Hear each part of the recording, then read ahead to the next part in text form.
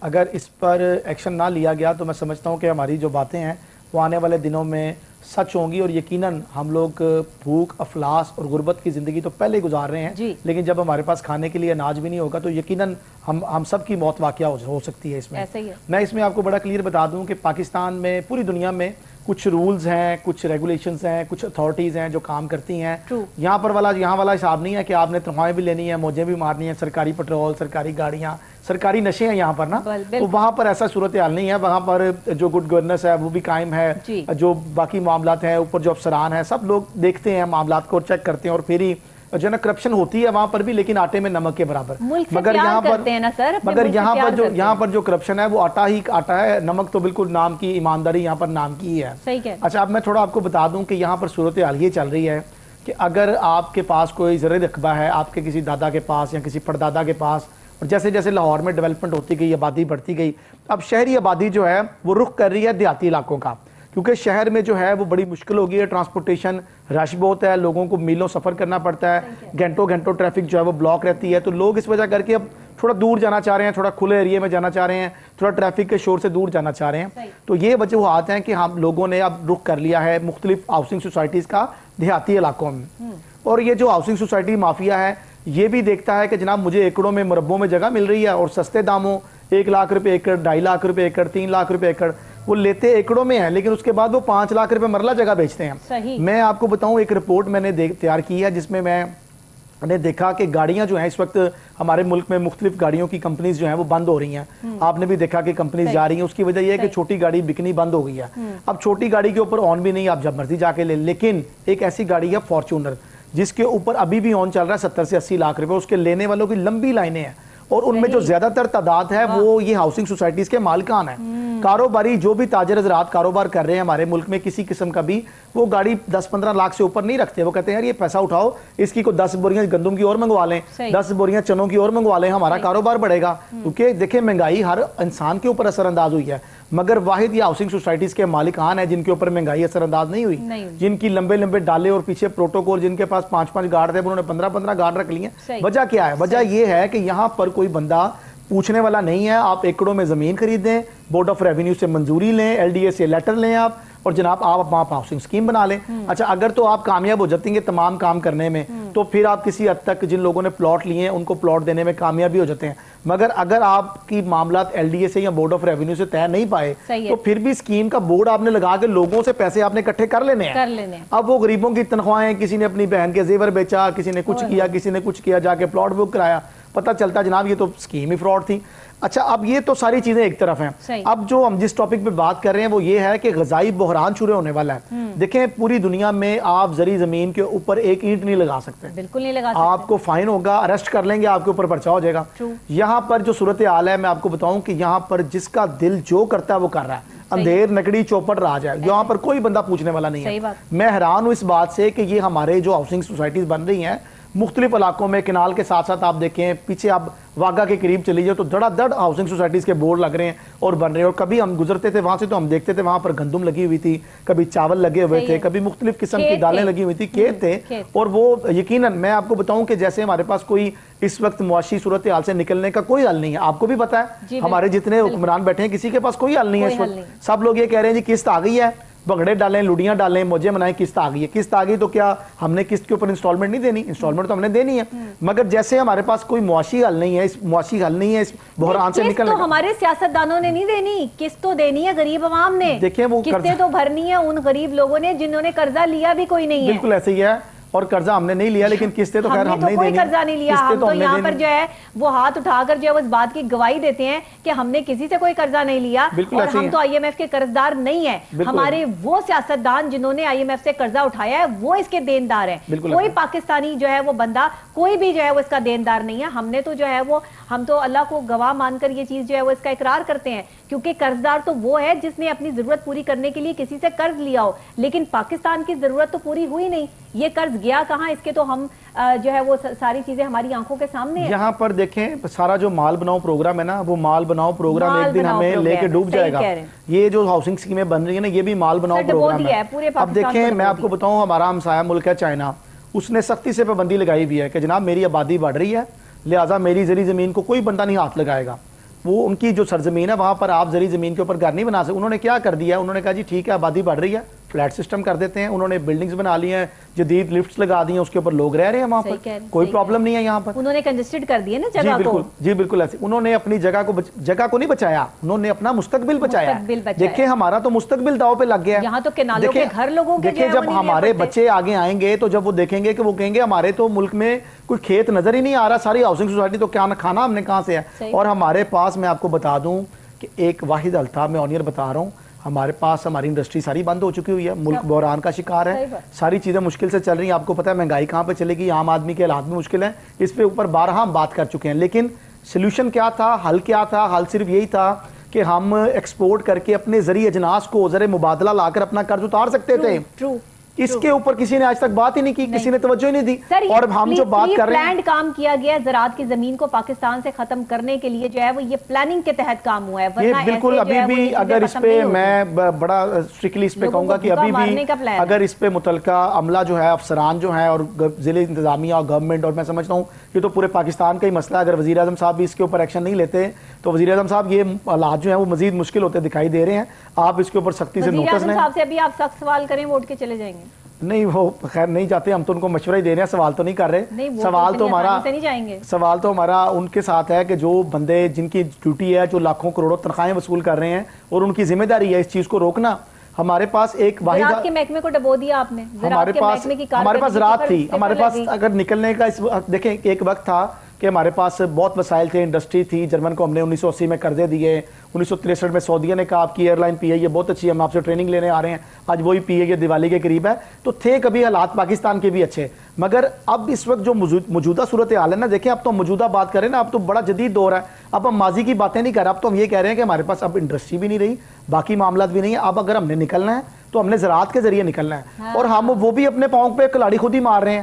ہم housing societies والوں کو ہم نے کھلی چھٹی دے دی ہے کہ جناب اب جہاں آپ کا دل کرتا ہے آپ اسکیم بنا لیں, آپ کروڑوں سے اربوں پتی ہو جائے, خربوں پتی ہو جائے. فائدہ انڈیویجول ایک شخصیت کو ہوگا, اس سے فائدہ پاکستان کو نہیں ہوگا. میں نے پہلے ہی آپ کو بتایا سوسائٹی جو بن چکی ہے وہ کوئی آپ کو جو ہے وہ منتھلی یا سالانہ جو ہے وہ پیسے نہیں دے رہی ہے. آپ نے وصول کر لیا ایک دفعہ جو ان سے وصول کرنا تھا. جی پاکستان کا جو فائدہ ان کا ہے, پاکستان کا جو ٹوٹل رقبہ ہے وہ 3,07,374 ایکڑ پر محیط ہے.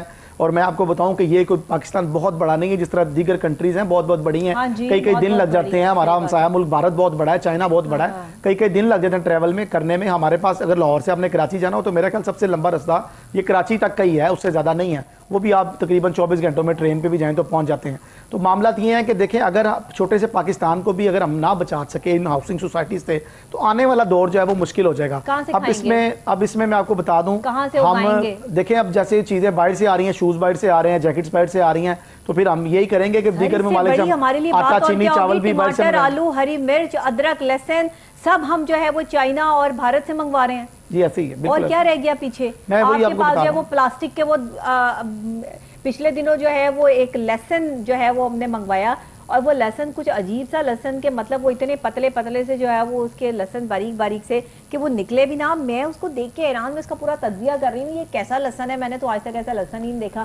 تو پتہ یہ چلا کہ یہ لہسن پاکستان کا نہیں ہے, یہ چائنا سے آیا ہے, اور چائنا کا لہسن جو ہے وہ اس نے بیچ کے ہمیں جو ہے وہ چونا لگا دیا. میں آپ کو اب یہ حالات ہے, دیکھیں اب وہاں کے کھانے ہم کھائیں گے جن میں ٹیسٹ ہی نہیں ہے. کہ ہم نے چلیں اب تو خیر میں نے آپ کو جیسے بتایا کہ ہاؤسنگ سوسائٹیز بن رہی ہیں, تو ہم تو زراعت کا اگر کام کرتے ہیں, اگر ہمارے وزیران جو ہیں جو بھی آپ نے اپنی ہری مرچ سے ٹیسٹ ختم کر دیا, لہسن ادرک آپ نے جو ہے وہ پلاسٹک کا کر دیا, یا آپ نے خربوزے پلاسٹک کے جو ہے وہ بیچنے شروع کر دیے. بھائی کیا کر رہے ہو, کیا کھلا رہے ہو؟ انڈے بھی آ چکے ہیں, میں آپ کو بتاتا ہوں پلاسٹک کے انڈے بھی آ چکے ہیں. جی بالکل پلاسٹک کے انڈے بھی آ گئے. اچھا دوسرا میں آپ کو بتا دوں کہ یہ تو جو ہے وہ ابھی ہم بات کر رہے تھے کہ جب جیسے ہی ہم زراعت کی طرف جاتے ہیں تو ہم اس بحران سے نکلتے ہیں, ہمارا ملک خوشحال ہوتا ہے, قرضے ختم ہوتے ہیں, زر مبادلہ آتا ہے. مگر اب میں آپ کو بتاؤں کہ اب وہ کہانی بھی مجھے ختم ہوتی ہوئی نظر آ رہی ہے. اب کہانی صرف یہی رہ گئی ہے کہ جناب ان کو روک لیں, نہیں تو ہمارے پاس اپنے گھر کی جو ہے نا وہ گھر میں موجود اپنے استعمال کے لیے گندم بھی جو ہے وہ نہیں ہوگی, چاول ہمارے اپنے استعمال کے لیے بھی نہیں ہوں گے. گندم تو پہلے ہی سٹاک کر لیتے ہیں, گندم تو پہلے ہی جو ہے وہ جاگیردار لوگ اپنے پاس جو ہے وہ سٹاک کر کے اسے مہنگے داموں فروخت کرتے ہیں. جیسے ہی جو ہے وہ گندم مارکیٹ سے ختم ہوتی ہے اور اپنے پاس ان کے پاس سٹاک ہوتی ہے, وہ ساتھ ہی پچھلے دنوں بھی اس پہ ہم نے کام کیا تھا جب یہ گندم کے ریٹ بڑھے, تو گندم کا جو پچھلے سال کا ریٹ تھا وہ 2400 روپے من تھا, مگر بازار میں جو تھی وہ گندم تقریباً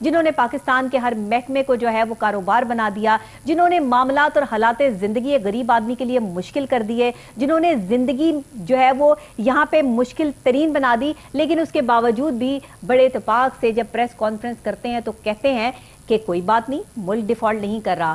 بالکل ٹھیک کہہ رہے ہیں آپ, ملک ڈیفالٹ نہیں کر رہا, ایک عام آدمی, ایک غریب آدمی ڈیفالٹ کر گیا ہے. بالکل صحیح کہا آپ نے, لیکن ذرا ہماری بات پہ بھی غور فرما لیں. بہت شکریہ آپ کا. ناظرین آپ کا بھی بہت شکریہ. انشاءاللہ آپ سے پھر مت ہوگی کل سیم ٹائم سیم چینل, صبح 10 بجے اور رات کو 10 بجے ریپیٹ میں آپ یہ پروگرام KN نیوز کی اسکرین پر دیکھ سکتے ہیں. اسی کے ساتھ سوشل میڈیا پر آپ پورا سچ ڈاکٹر نبیہہ علی خان کے ساتھ ڈیٹ کے ساتھ لکھیں گے تو آپ کو میرا پروگرام بھی مل جائے گا. اللہ نگہبان.